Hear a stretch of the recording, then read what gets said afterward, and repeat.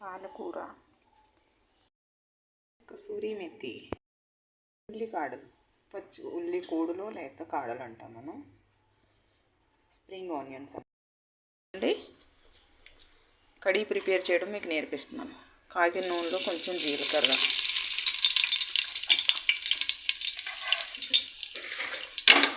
జీలకర్ర వేగిన తర్వాత కట్ చేసుకున్న ఉల్లిపాయ, పచ్చిమిరపకాయ ముక్కలు, ఆ తర్వాత తరిగిన పాలకూర మరియు ఈ గ్రీన్ ఆనియన్స్, ఉల్లికాడలు, తరిగి కట్ చేసుకున్న బంగాళాదుంప,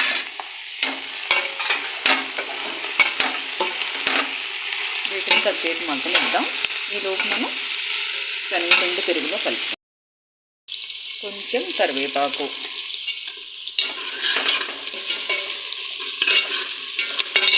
ఆ తర్వాత తరిగిన కసూరి మేతి, కూరగాయలు మగ్గినాయి కదా, కొంచెం పసుపు, కారం వేయను ఎందుకంటే పచ్చిమిరపకాయలు ఎక్కువ వేసాం, రుచికి సరిపడగా ఉప్పు, ఎందుకంటే మేము 10 మందికి వండుకుంటున్నాం, దానివల్ల మీకు ఉప్పు ఎక్కువగా కనిపిస్తుంది. మీరైతే మీ రుచికి సరిపడగా వేసుకోండి. పుల్లటి మజ్జిగలో 2.5 గరిటెల వరకు శనగపిండి వేసుకుందాం. శనగపిండి వేసాం కదా, దాన్ని బాగా లమ్స్ లేకుండా, అంటే ఉండలు లేకుండా మొత్తం శనగపిండి కలిపే వరకు దీన్ని మిక్స్ పట్టుకుందాం. కూరలు ఉడిపోయినాయి కదండి, మనం కలిపి పెట్టుకున్న శనగపిండి పెరుగు ఉంది కదా, అది వేసాను. దీంట్లో ఇంకా కొంచెం వాటర్ యాడ్ చేసుకోవాలి. ఇప్పుడు నేను ఏంటంటే బూందీ వేస్తున్నాను, దీంతో కూడా టేస్ట్ ఉంటుంది. మీకు ఇంకా కావాలంటే కనుక ఆనియన్ డీప్ ఫ్రై చేసుకుని జీలకర్ర అవి తాలింపు పెట్టుకుని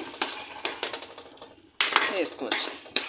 ఇదండి నా కడీ, పంజాబీ స్టైల్ కడీ రెసిపీ.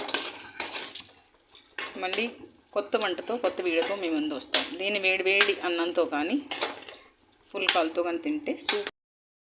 మరి కడీ అయిపోయిందండి. కడీ పంజాబీ స్టైల్ కడీ ఒక అరగంట సేపు ఉడకబెట్టుకున్నాం.